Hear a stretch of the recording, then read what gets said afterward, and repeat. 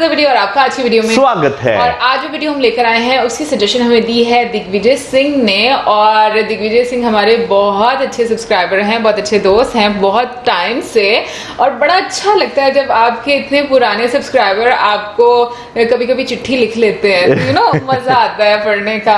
I hope कि आप और टाइम निकाल कर हम लोगों को चिट्ठियां लिखते रहेंगे। पुराने वक्तों में चिट्ठियां होती थी, अब ईमेल्स होती हैं। लेकिन चिट्ठी का ना बहुत अच्छा लगता है। एनीवे जो वीडियो उन्होंने हम लोगों को सजेस्ट की है उसका टाइटल है महाकालेश्वर मंदिर उज्जैन के अनजाने आयाम। देख लेते हैं ये वीडियो, लेकिन उससे पहले इस वीडियो के चैनल का ओरिजिनल लिंक आपको हमारी वीडियो के डिस्क्रिप्शन में मिल जाएगा। सब्सक्राइब कर, लाइक कर, शेयर कर, फॉलो कर इनके चैनल को। उसके अलावा ब्लॉगिंग चैनल का लिंक, इंस्टाग्राम का लिंक भी हमारी वीडियो के डिस्क्रिप्शन में मिल जाएगा। सब्सक्राइब कर, लाइक कर, शेयर कर, फॉलो करें। चलिए देख लेते हैं ये वीडियो।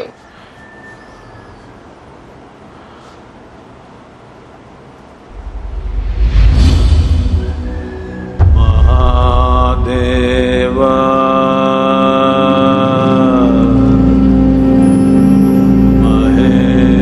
महेश्वरा भैरवा काल भैरवा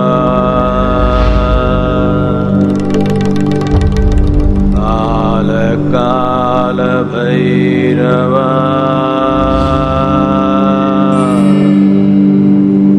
महाकालेश्वरा।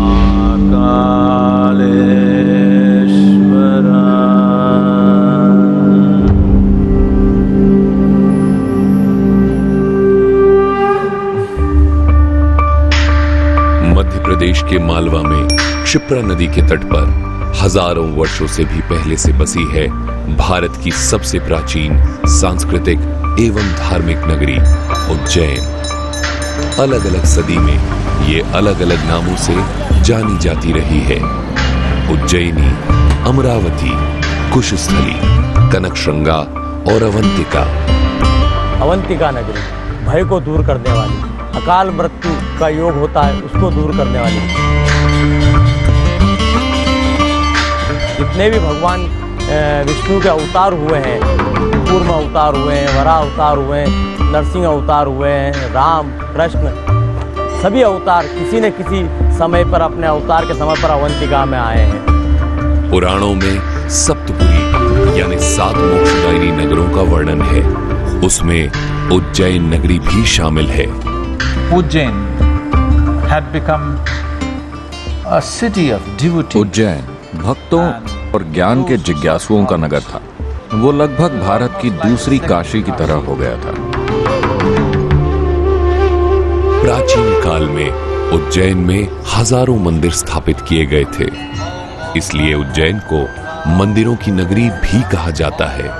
यहाँ महाकाल ज्योतिर्लिंग के अलावा 84 लिंगों में महादेव अलग अलग रूपों में मौजूद हैं। हमारे अवंतिका में शक्तिपीठ है, हरसद्धि शक्तिपीठ है, जो विक्रम की आराध्य देवी है और कृष्ण की कुल देवी है। प्राचीन काल में ये विक्रमादित्य के राज्य की राजधानी भी थी। यहाँ पर महाकाली हर सिद्धि के रूप में मौजूद हैं।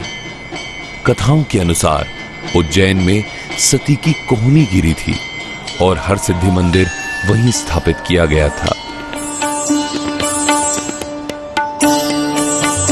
रोज शाम को मंदिर के प्रांगण को दीपों से सजाया जाता है और आरती के समय मंदिर की छटा बेहद खूबसूरत व निराली होती है। प्राचीन काल में ये कापालिकों का एक बहुत बड़ा केंद्र रहा है, और उज्जैन के जितने इस समय देवता उपस्थित हैं ये सभी कहीं ना कहीं अघोर या कापालिक मतों के ही प्रतिपादक हैं।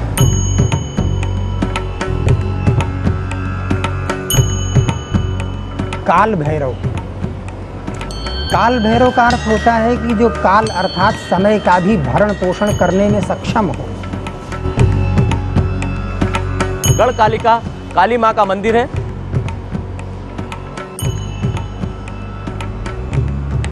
जो महाकवि कालिदास की आराध्य देवी रही है, जहाँ से कालिदास को ज्ञान प्राप्त हुआ है। गढ़कालिका ये क्रम से सबके नामों में काल का जो वर्णन आ रहा है, काल अर्थात समय,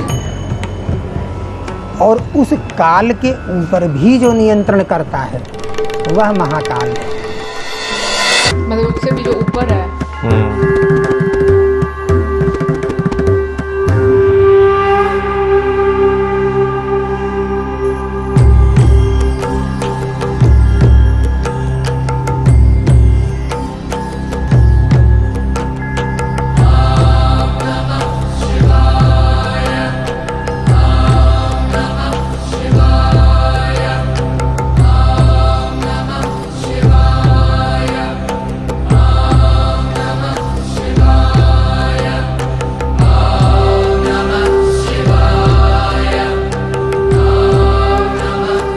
दूषण दैत्य का वध करने के लिए और उसके कोप से एक ब्राह्मण बालक को बचाने के लिए भगवान शिव स्वयं प्रकट हुए थे इस जगह पर, और उस दैत्य को और उसकी समस्त सेना को यहाँ पर नष्ट कर दिए थे।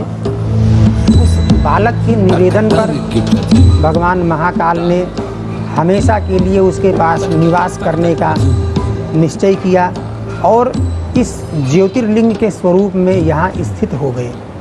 तब से यह स्वयंभू ज्योतिर्लिंग यहाँ पर विराजमान है। भगवान शिव देश भर में 12 स्थानों पर ज्योतिर्लिंग के रूप में विराजमान है। उज्जैन में इन्हीं में से एक ज्योतिर्लिंग महाकालेश्वर मंदिर के गर्भगृह में स्थापित है।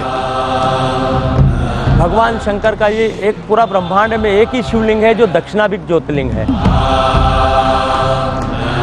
दक्षिण दिशा काल की, काल को जिसमें भस्म कर रखा है वो महाकाल है। गर्भगृह में ऊपर सिद्धि यंत्र स्थापित है। महाकाल के बाईं ओर गणेश विराजमान है, दाईं ओर त्रिशूल के पीछे कार्तिकेय और दोनों के मध्य में माता पार्वती। इस ज्योतिर्लिंग की वास्तविक समय सीमा की यह कब से है, इसके बारे में हमारे ग्रंथ मौन है। वो कथानक उपलब्ध होता है किंतु समय सीमा का निर्धारण उपलब्ध नहीं होता है। पुराणों के आधार पे हम 5 से 7 हजार वर्ष पूर्व इस मंदिर के निर्माण तक तो पहुंच सकते हैं, लेकिन इस मंदिर के निर्माण के पूर्व यह ज्योतिर्लिंग कब से है इसके बारे में हमारे ग्रंथ मौन है, क्योंकि आज भी वास्तविक भूतल के नीचे महाकाल जी विराजमान होते हैं।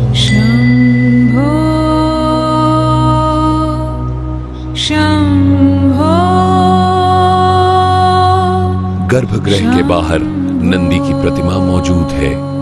दर्शनार्थी यहाँ पर बैठकर गर्भगृह में प्रवेश करने का इंतजार करते हैं। अलग अलग प्रांतों और समुदायों से आए हुए भक्त तरह तरह की साधना करके श्री महाकालेश्वर को प्रसन्न करने का यत्न करते हैं। दिन भर पुजारी पूजा अर्चना करते हैं और अलग अलग तरह की आरती समर्पित करते हैं। यहाँ प्रार्थना के बाद अपनी मनोकामनाओं को नंदी के कान में कहने का चलन भी है। इन सब पूजा अर्चना आरती भक्ति के बीच में कई सदियों से विराजमान है Mahakal. What does Mahakala mean? Mahakal का मतलब क्या है? काल शब्द के 2 अर्थ हैं। काल का अर्थ होता है समय और काल का अर्थ अंधेरा भी होता है। समय यानी कि आपके वर्तमान अनुभव में समय का मतलब चक्र होता है, आणविक से लेकर ब्रह्मांडीय तक, एक अणु से लेकर विशाल ब्रह्मांड तक सभी चीजें चक्रों में घूमती हैं।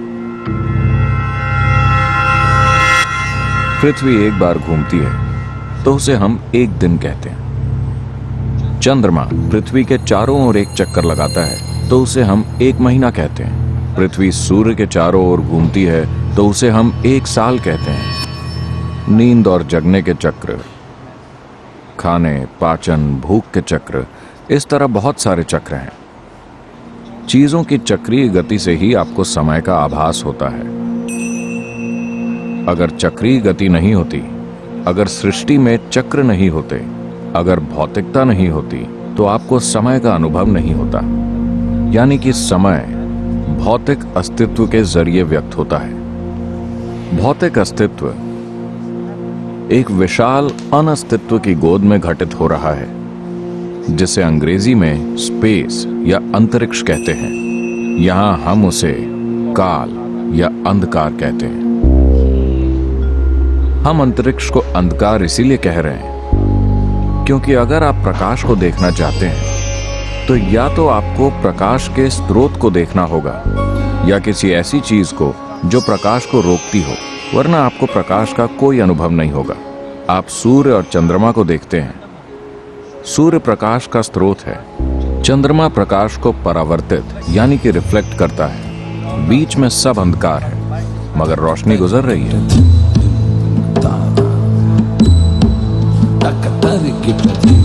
अस्तित्व का मूल आधार है काल या समय, क्योंकि समय के कारण ही स्थान की गुंजाइश है, वरना स्थान का अस्तित्व नहीं होता।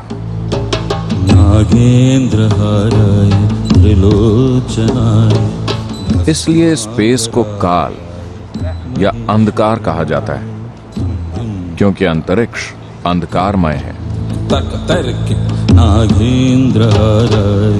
अगर आप समय का अनुभव करते हैं भौतिकता के परे या भौतिकता की सीमाओं से परे, तो ऐसे समय को हम महाकाल कहते हैं। महाकाल वो गोद है जिसमें सृष्टि के छोटे छोटे कण यहां वहां मौजूद हैं। बाकी सब खालीपन है। इस फैले हुए ब्रह्मांड में करीब 99% खालीपन है।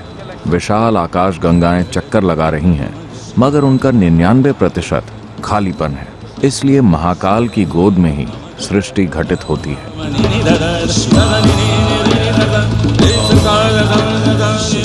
अगर आप सृष्टि के सीमित कणों से जुड़े हुए हैं तो आप समय का अनुभव चक्रीय गति के रूप में करते हैं। इस आयाम को संसार कहा जाता है, जिसका अर्थ है चक्रीय गति।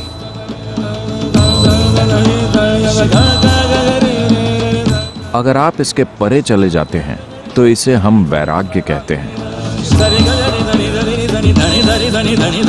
यानी कि आप पारदर्शी हो गए हैं। जब आप पारदर्शी होते हैं तो आप रोशनी को नहीं रोकते।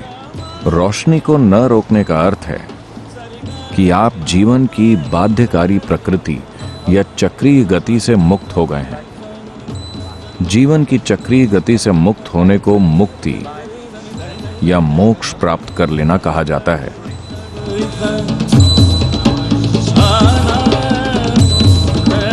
इसलिए जो लोग मुक्ति या मोक्ष की इच्छा रखते हैं, उनके लिए यह आयाम, जिसे हम महाकाल कह रहे हैं, बहुत महत्वपूर्ण हो जाता है।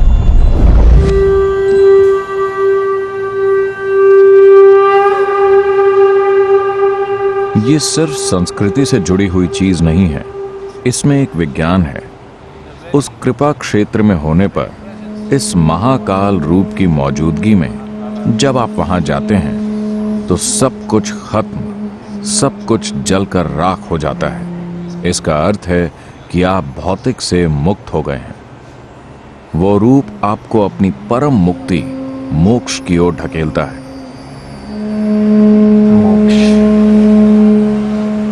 मुक्ति की ओर ले जाने वाले महाकाल की आराधना में कई आरतियां की जाती हैं। सूर्योदय से पहले भस्म आरती से दिन की शुरुआत होती है।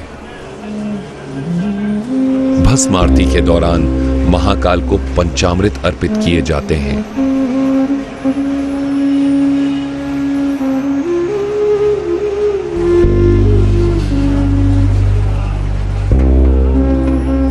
उसके बाद महाकाल का जलाभिषेक होता है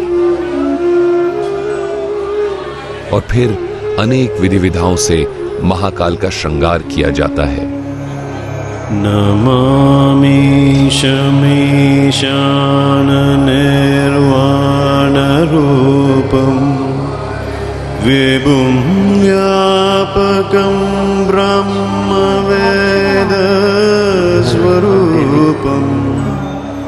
भगवान यहाँ पर ब्रह्म रूप में विराजमान है, क्योंकि ब्रह्म का जो स्वरूप है निराकार और साकार दोनों स्वरूपों के अंदर परमपिता परमात्मा रहते हैं। भगवान महाकाल जब प्रातः काल भस्म आरती होती है तो वो निराकार से साकार रूप धारण कर लेते हैं, अर्थात शिव से वो शंकर बन जाते हैं।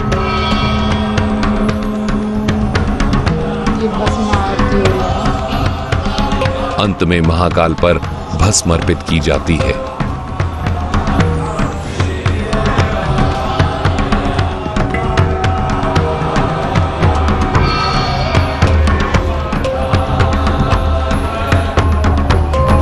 ये प्राचीन मंदिर जब से स्थापित हुआ है तब से यहाँ पर भस्म का लेपन होता है, और यह क्रिया भगवान महाकाल की प्राचीन समय से सन्यासियों का एक विशेष वर्ग करता आया है, और सन्यासियों के उस विशेष वर्ग का जो महंत होता है वही भगवान महाकाल पर भस्म का लेपन किया करता है।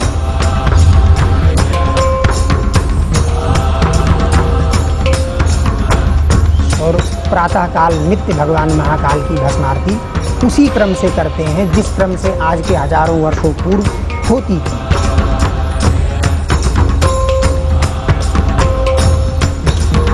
और यही भगवान महाकाल की मुख्य पूजा मानी जाती है।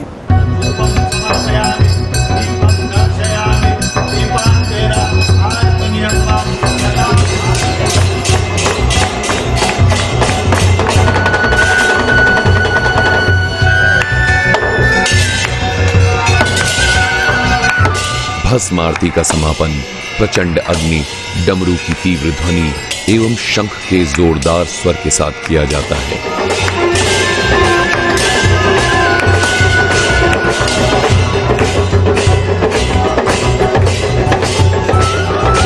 प्रातःकाल भस्म आरती के बाद 7 बजे दध्योदक आरती होती है।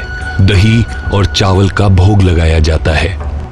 दोपहर 10 बजे भोग आरती होती है जिसमें भोग का अर्पण किया जाता है। शाम 5 बजे भगवान महाकाल का पूजन श्रृंगार होता है जिसमें भगवान महाकाल को भांग समर्पित की जाती है। उसके बाद जल चढ़ना बंद हो जाता है। शाम 7 बजे संध्या भोग आरती की जाती है। संध्या काल में आरती के दौरान तेज नगाड़ों, ढोल, घंटियों के साथ महाकाल का वंदन किया जाता है।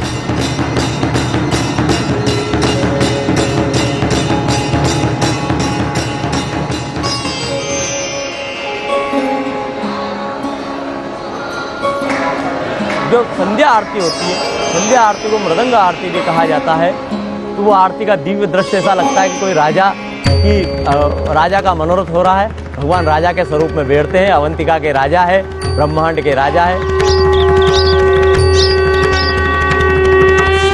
और ऐसी मान्यता है कि यहाँ कोई भी दूसरा राजा रात्रि विश्राम नहीं करता।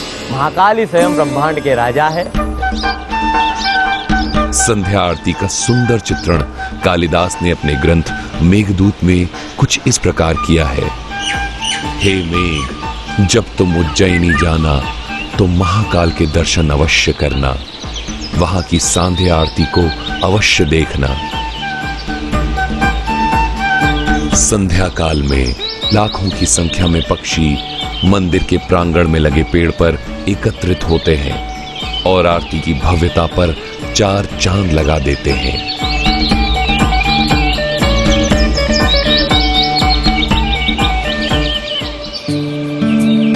महाकालेश्वर मंदिर में गर्भगृह के अलावा 2 और महत्वपूर्ण हिस्से हैं। सबसे ऊपरी तल पर मौजूद है नागचंद्रेश्वर, जिनके दर्शन केवल नागपंचमी के दिन ही होते हैं, और उसके नीचे मंदिर के पहले तल पर ओंकारेश्वर रूप में शिव विराजमान है।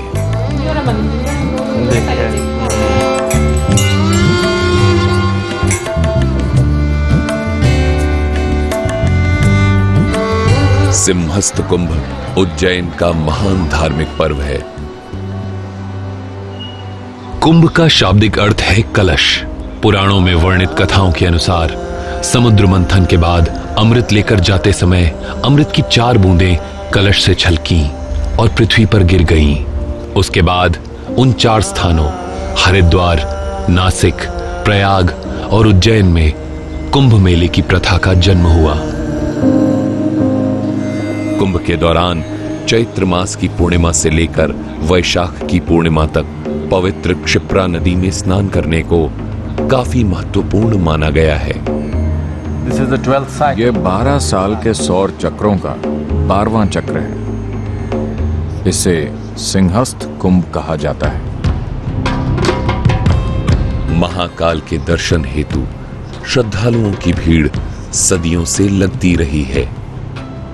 हमारा सभी श्रद्धालुओं से निवेदन है कि आए, महाकाल की नगरी है, अवंतिका है, यहाँ पर उनको सब चीज सुलभता से मिलेगी, पर एक निष्काम भाव से आए।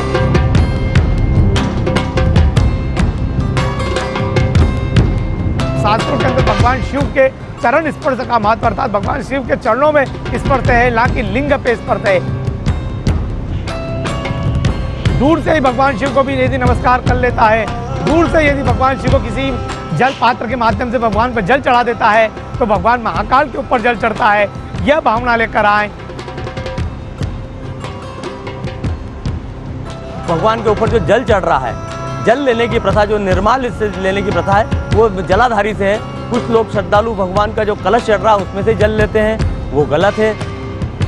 भगवान महाकाल को मस्तक नहीं लगाना चाहिए, उनको या तो जलाधारी में स्पर्श करे। वो दूसरा, मंदिर की एक मर्यादा है, उसका पालन करें।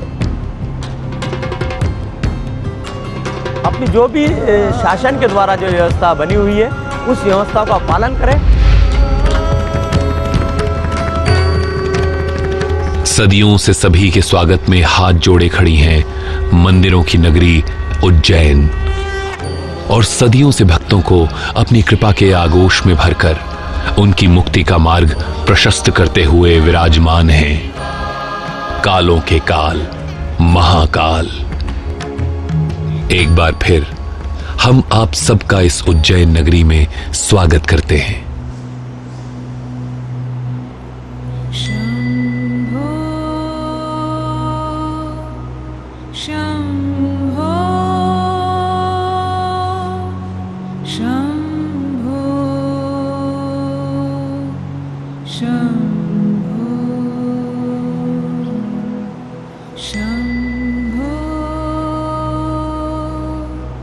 समझ नहीं आ रहा मुझे, मतलब हिंदी है।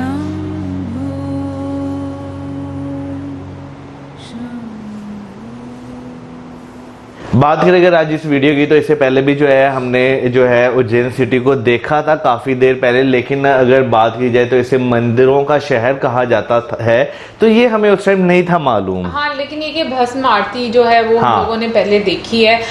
बट मैं ये बोलूंगी कि आज की वीडियो काफी ज्यादा डिफिकल्ट थी मेरे लिए। उसकी रीजन ये कि एक तो बहुत ज्यादा हिंदी के वर्ड्स यूज किए गए थे, और दूसरा मुझे ऐसा लगता है कि चीजों को अंडरस्टैंड करना इतना ईजी नहीं होता जब तक आपको एक प्रॉपर कॉन्टेक्स्ट का पता ना हो कि किस कॉन्टेक्स्ट में बात की जा रही है।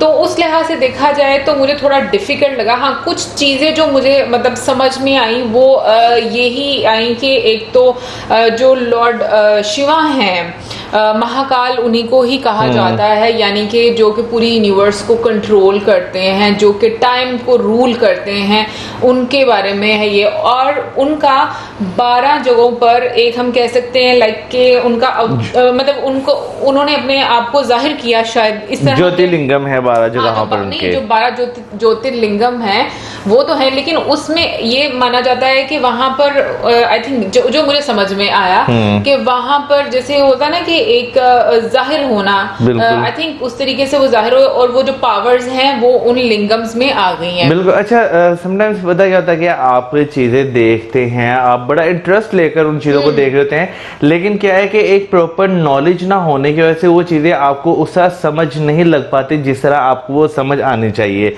वैसे अगर सदगुरु जी की बात करें तो उनकी जो बातें थी, क्योंकि इस बार वो क्या नाम लेते हैं, हमने वो हिंदी डब में सुना, लेकिन उन्होंने जो बात की ना एक यूनिवर्स के बारे में कि यूनिवर्स को एक्सप्लोर करना इतना आसान नहीं है, 95% ऐसी है जो कभी एक्सप्लोर ही नहीं हुई।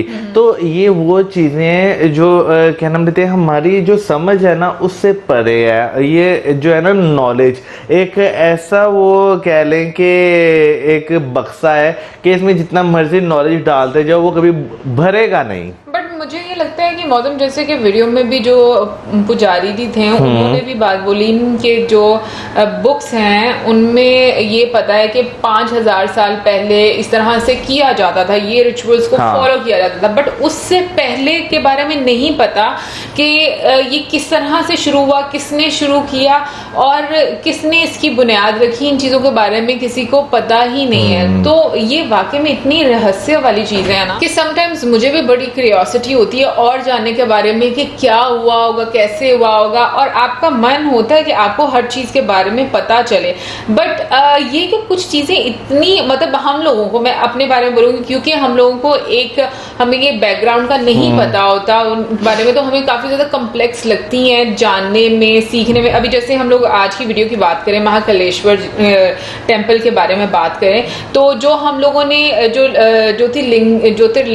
ज्योतिर्लिंग्स होंगे बोलेंगे ना, ज्योतिर्लिंग्स जो जितने हैं उनके बारे में जब हम लोगों की शुरुआत कहाँ से हुई, तो उसमें जिस तरीके से एक रेफरेंस दिया गया कि जो लॉर्ड विष्णु हैं और लॉर्ड ब्रह्मा हैं उनके बीच में एक आर्ग्यूमेंट हुआ और फिर उसको लेकर ये चीजें स्टार्ट हुई। और फिर किस तरीके से जो लॉर्ड ब्रह्मा हैं उन्होंने आई थिंक झूठ बोला और जो लॉर्ड विष्णु हैं उन्होंने अपनी शिकस्त तस्लीम कर ली, जो वो लाइट वाला मतलब 3 पिलर्स में उसको डिवाइड कर दिया और फिर वहां पर लॉर्ड शिवा जो है वो अपेयर हुए और उन्होंने जो है कहा कि जो विष्णु है वो जो है जब तक दुनिया है तब तक इनकी पूजा की जाएगी, और जो लॉर्ड ब्रह्मा है उनके बारे में मतलब उनको इन सेरेमनीज में से निकाल देगा। मतलब ये चीजें फिर अगर हम लोग ये पढ़ते हैं और फिर उसके बाद मतलब जो लिंगम्स हैं उनकी बात आ जाती है, तो फिर थोड़ा सा मैं ना कंफ्यूज हो जाती हूँ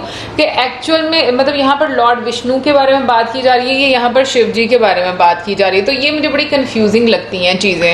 इसमें ऐसे कोई शक नहीं। वैसे जब ये चीजें पढ़ रही थी ना तो मैंने नहीं यही कहा, मैं कहा फिलहाल अभी उतना पढ़े जितना जो है हम डाइजेस्ट कर सके, क्योंकि अगर आप जरूरत से ज्यादा भी एक ऐसी चीज के बारे में जिसका जो है आपको इतना आइडिया ना हो, ना पता हो, पढ़ना शुरू हो जाना तो फिर बहुत सारी चीजें मिक्स हो जाती हैं। फिर आपको ये नहीं पता चलता कि मैंने शुरू कहाँ से किया था, मैंने खत्म कहाँ पर करना है। एक्चुअली पढ़ते पढ़ते मैं ये कंफ्यूज हो रही थी कि मैं अभी लॉर्ड विष्णु के बारे में पढ़ी है, मैं अभी लॉर्ड शिवा के बारे में पढ़ी हूँ। तो ये चीजें जो है ना वो मुझे थोड़ा कंफ्यूज है। बट एनीवे थोड़ी जो कंफ्यूजन मेरी दूर हुई है, जो मुझे लग रहा है कि ये बेसिकली लॉर्ड शिवाजी के बारे में।